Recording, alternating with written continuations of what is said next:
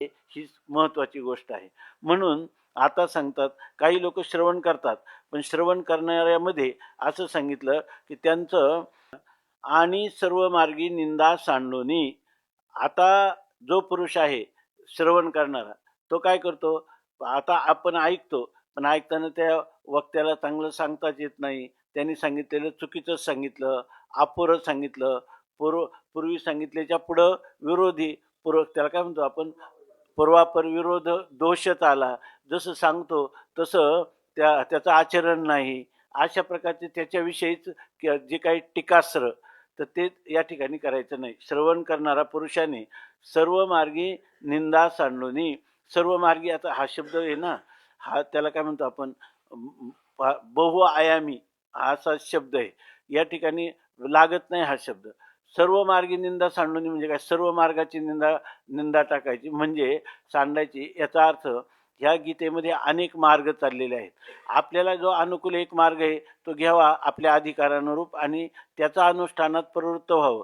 पण याला त्याचा अनुष्ठानाचं नेण्याची गरजच नाही. हा अगोदरच काय करतो? अगोदरच त्याला काय म्हणतो, पूर्वग्रह दूषित भावनेने त्या गीतेचं श्रवण करतो. आणि त्याच्यामध्ये त्या गीतेमध्ये सांगितलेलं आहे, परंतु गीतेमध्ये हे जे कर्म आहे ना, हे कर्म मला मान्य नाही. काही लोक म्हणतात आम्हाला ज्ञान मान्य नाही, काही म्हणतात उपासना मान्य नाही, काही म्हणतात आम्हाला समसमुच्चय मान्य आहे, काही म्हणतात आम्हाला क्रमसमुच्चय मान्य आहे. अशा प्रकारचं श्रवण करत असताना हे सर्व मार्ग जे आहेत, सगळे मार्ग कुठं जातात? यांनी सांगितलं सर्व नद्या जशा समुद्राला मिळतात, तसं गीतेत सांगितलेलं कर्म, उपासना, ज्ञान किंवा त्या योग, हे सगळे जे मार्ग आहेत ते सगळे मार्ग कुठं? परमात्मा प्राप्तीसाठीच आहेत, अशी आपली श्रद्धा असली पाहिजे. नाही तर आपण या सर्व मार्गाची निंदा जी केली तर त्याच्यापासून आपल्याला आपलं जीवन हे दोषावह होईल. म्हणून प्रथम श्रद्धावान पुरुष जे आहे त्याला तो अनसूय असला पाहिजे. दोनच गोष्टी सांगितल्यात या श्लोकामध्ये, श्रद्धावान अनसूयश्च. माणसाने एक निंदा दुसऱ्याची करू नये, दुसऱ्याच्या गुणांच्या ठिकाणी दोष पाहू नये. भागवतामध्ये सांगितले सर्वात मोठा गुण कोणता आहे माणसाचा? गुण दोषो दृशिर्दोषो गुणस्तु भयवर्जिता. दुसऱ्याचं गुणदोष पाहणं, हा गुणदोष, हा दोषच पाहणं नाही, गुणच दुसऱ्याचं पाहणं. कारण परमात्मा किंवा आपला आत्मा जो आहे तो गुण आणि दोषांच्या अतीत आहे. त्याच्या ठिकाणी गुणही नाही आणि दोषही नाही. हे अंतःकरणाचे धर्म जे आहेत, स्थूल शरीराचे जे दोष आहेत गुण आहेत, सूक्ष्म शरीराचे जे दोष आहेत, कारण शरीराचा जो अज्ञानरूप दोष आहे किंवा ज्ञानरूप दोष आहे किंवा अज्ञानरूप कारणाचा आणि ज्ञानरूप महाकारणाचा, ह्या सगळे जे दोष आहेत ह्या सगळ्या दोषांचा देखील त्याग करायचा. त्याचबरोबर जे सत्वगुणा, रजोगुण आणि तमगुण याला सोडून कोणते जेवढे पदार्थ आहेत ते काय आहे? त्रिभिर गुणमयैर भावई रेभी सर्वमिदम जगत मोहितम नाभिजानाती मामेभ्य परमव्ययम. आपण या सर्वांच्या अतीत असणारं आपलं तत्व जर आपल्याला जायचं असेल तर आपण गुणदोषांचा विचार, जसा दोषांचा विचार करायचा नाही तसा गुणांचा पण विचार करायचा नाही. म्हणून त्यांनी सांगितलं दुसऱ्याचे गुणदोष पाहणे हा सगळ्यात मोठा दोष आहे आणि कोणाचेही गुणदोष न पाहणे हा मनुष्याचा सर्वात मोठा गुण आहे. असं आणि कांचे कानी गुणदोष मना नानी. तुझं व्हावा आहे देव तरी हा सुलभ उपाय. मनुष्याला भगवत प्राप्ती पाहिजे असेल तर त्याने कोणाच्या गुणदोषांचं वर्णन वाणीनं करू नये, मनामध्ये सुद्धा त्याचं चिंतन करू नये. म्हणून सांगतात की सर्व मार्गी निंदा सांडोनी.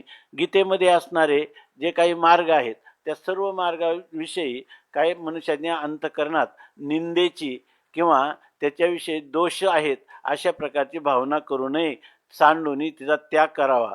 आणि शुद्ध आस्थापयी शुद्धा, आणि शुद्ध आस्थेने युक्त व्हावं, म्हणजे शुद्ध अशा श्रद्धेनं युक्त व्हावं. श्रद्धा कशी? सत शब्दापासून श्रद्धा शब्द झालेला आहे, सत शब्दापासून. याचा अर्थ केवळ सत्याचं धारण करणारी अशी जी अंतःकरणाची वृत्ती आहे त्याला श्रद्धा असं म्हणतात. आणि ती शुद्ध अशा प्रकारची श्रद्धा घ्यावी, निंदेचा परिपूर्ण त्याग करावा आणि गीताश्रवणी जो श्रद्धा उभारी. आणि ज्याची श्रद्धा आहे ना, एखाद्या भुकेलेल्या माणसाला जसं अन्नासाठी त्याला लालायित होतो, त्याप्रमाणे कुठेही गीता चालली तर त्या गीतेचं श्रवण करण्याविषयी ज्याच्या श्रद्धेला अधिक उत्कर्ष होतो, ती श्रद्धा वृद्धिंगत होते. आणि अशा रीतीनं जर एखादा मनुष्य असेल आणि त्याला जर गीतेच्या कथेत तो बसला, तर तयाच्या श्रवणपुटी गीतेची अक्षरे जव पैठी होती ना, तव उठा उठी पळेची पाप. आणि अशा श्रद्धेने अत्यंत लालायित होऊन माझी गीता माऊली काय सांगते, माझ्याशी काय बोलते, अशा श्रद्धेने जर तो गीतेच्या श्रवणासाठी प्रवृत्त झाला, तर म्हणतात तयाच्या श्रवणपुटी. त्या ठिकाणी त्याचं जे श्रवण म्हणजे कानाचं जे पूट आहे, पाळा आहे, त्या श्रवणपुटाच्या ठिकाणी गीतेची अक्षरे जो पैठी होती, तो बहिरा नसला पाहिजे. उच्चारण केलेली गीतेची वाक्य त्याच्या श्रवणेंद्रियामध्ये, त्याच्या कानाच्या पाळीच्या द्वारा कर्णशष्कुलीतून आतमध्ये हृदयापर्यंत त्याचे जे शब्द आहेत, ते शब्द त्याच्या हृदयामध्ये जर पैठी म्हणजे प्रविष्ट झाले, तर ते प्रविष्ट झाले म्हणजे त्या गीतेच्या शब्दाचा, बरोबर ना, हा शब्दाचा, आता हे शब्द मला ऐकू येत आहेत, अशा प्रकारे ते शब्द त्याच्या कर्णबिळातून, कर्णरंध्रातून त्या ठिकाणी प्रविष्ट होती ना, म्हणजे प्रवेश होतो न होतो, म्हणजे प्रवेश व्हायला उशीर नाही, प्रवेश व्हायला अवकाश अवकाश की लगेच पुढं काय होतं, त्या उठाउठी पाप पळेची. पाप म्हणजे उठाउठी म्हणजे तत्काळ, त्याला वेळच लागत नाही. गीतेचं अक्षर कानावर पडलं की त्याच्या पापाचा नाश झाला म्हणून समजा. आणि तो काही मरणानंतर वगैरे नाही, उठाउठी. कारण इथं लवकर, तत्काल त्याचं पाप सर्व नष्ट होऊन जातं, भस्मसात होऊन जातं, पळून जातं. इतकंच नाही तर पाप पळेची याचा दुसरा अर्थ तुम्ही करू शकता की गीतेच्या अक्षरात एवढं सामर्थ्य आहे, केवळ पापच पळून नष्ट होत असं नाही, अंतःकरणातल्या पाप वासना देखील त्या ठिकाणी निघून जातील, असं गीतेच्या श्रवणाचं महात्म्य आहे. 8वी